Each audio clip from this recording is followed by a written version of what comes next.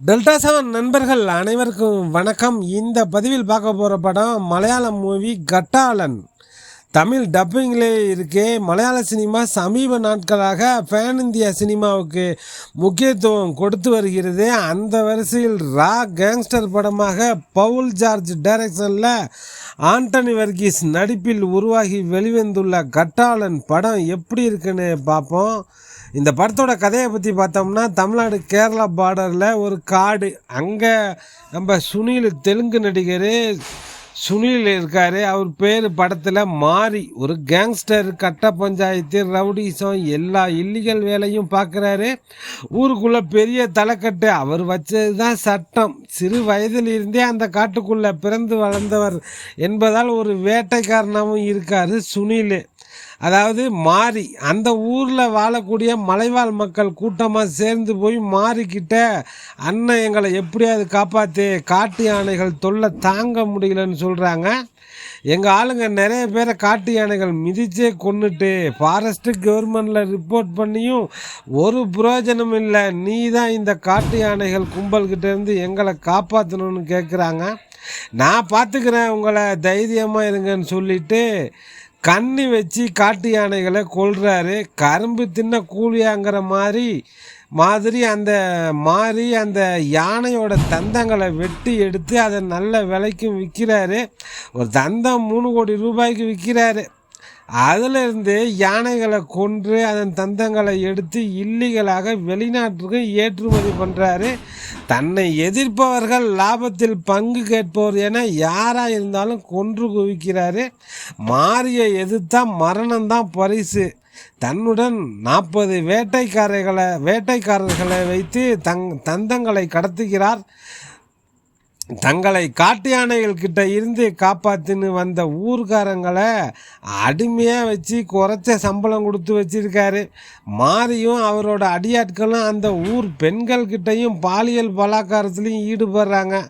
எதிர்த்து கேள்வி கேட்க ஆளே இல்லை. இவரை மாரி இன்னொரு கேங் லீடர் ஆப்போசிட் கேங்கிற்கு எடின்னு பேர். மாறியை வீழ்த்தி கார்ட்டல் கிங்காக முயற்சிக்கிறாரு எடி. மாறிக்கு ஆப்போசிட் கேங்கு போலீஸ் மூலமாக அந்த எடி ஆப்போசிட் கேங்கே மாறிக்கு குடைச்சல் கொடுக்குறாங்க. மாறி கடத்துகிற தந்தங்களை எல்லாம் பறிமுதல் பண்ணுறாங்க. ஆனால் கோர்ட்டில் ஒப்படைக்கிறது இல்லை. அவங்க போலீஸை வச்சு அந்த எடி விற்பனை செய்ய இது தொடர்ந்து நடக்குது. இதுக்கெல்லாம் என்ன பண்ணுறது? போலீஸ் கையால் எப்படி போய் நம்ம தந்தம் மாட்டுது, எங்கே தப்பு நடக்குது, இதை தடுத்து நிறுத்த என்ன பண்ணலான்னு ஹீரோவான ஆண்டனியை களத்தில் இறக்குறாரு மாறி. அப்போ அவர் தான் நாயகனான ஆண்டனி என்ட்ரி. அவர் உலகத்தில் எங்கே பிரச்சனைனாலும் ஒற்றையாளாக தீர்த்து வைக்கிற கேஜிஎஃப் ராக்கி பாய் மாதிரி வர்றாரு. ஆண்டனி உதவியுடன் மாறி பல யானை தந்தங்களை கடத்த அந்த ஊர்க்காரர்களான வேட்டைக்காரர்கள் மாரியை வீழ்த்த ஆண்டனியிடமே உதவி கேட்குறாங்க. நாங்கள் பேசாமல் காட்டு யானைக்கிட்டே மிதிப்பட்டு செத்துருக்கலாம், இவங்கிட்ட மாட்டிக்கிட்டு தினம் தினம் சாகுறோம்னு சொல்ல ஆண்டனியும் யோசித்து பார்க்குறான். கஷ்டப்பட்டு வேட்டைக்கு போகிறவங்களுக்கு சம்பளமும் கொடுக்கறது இல்லை. பேசாமல் மாரியை போட்டு தள்ளிட்டு இந்த பிஸ்னஸை நம்மளே செய்யலாம்னு களத்தில் இறங்க. இதுக்கப்புறம் மாரி ஆண்டனி மோதல் தான் மீதி கதை. காட்டில் தந்தங்களை கடத்தும் கேங்ஸ்டர் கதாபாத்திரத்தை சுனில் பிரமாதமாக மாரியாக மாறி மிரட்டி இருக்காரு. மொத்த படத்தையும் சுனில் தாங்கி நிற்கிறாரு. புஷ்பா கேஜிஎஃப் படத்தோட பாதிப்பு ஹெவியாகவே படத்தில் இருக்கு. நாயகன் ஆண்டனி பேச்சு குறைவு, ஆனால் செயல் அதிகம் என்பது போல் அவர் தொட்டதெல்லாம் ஹிட்டு தான். மாரியின் திட்டங்களை நிறைவேற்றி கொண்டே போகிறாரு. அதுலேயும் இடைவேளை காட்சி, தந்தங்களை கடத்தும் காட்சி என கொஞ்சம் சுவாரஸ்யமாக இருக்குது. டெக்னிக்கலாக படத்தில் ஒளிப்பதிவு சூப்பராக இருக்குது. லொக்கேஷன் எல்லாம் அருமையாக இருக்குது. பார்த்து பழகி போன ஒரு கடத்தல் கதை தான். திரைக்கதையில் ஒன்றும் பெருசாக சுவாரஸ்யம் இல்லை. ஆக்ஷன் காட்சிகளுக்கே முக்கியத்துவம் கொடுத்து எடுத்திருக்காங்க. எமோஷனல் காட்சிகள் ஒன்றும் அழுத்தமாக இல்லை.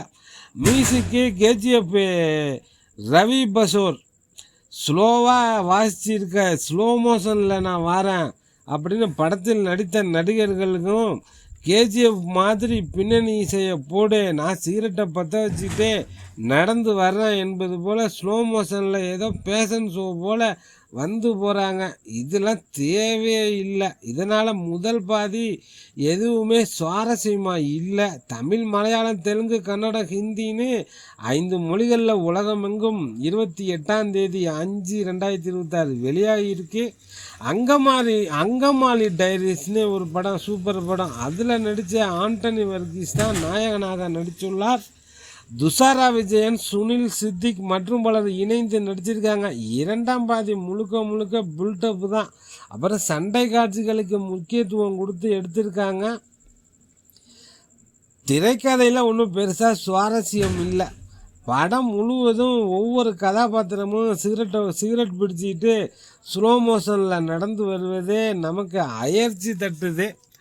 ஒரு ஆவரேஜ் மூவி தான், ஒன் டைம் வாட்சிங் தான். பார்க்கணுன்னு நினைக்கிறவங்க பாருங்கள். டெல்டா 7 நண்பர்களுக்கு நன்றிகள் பல.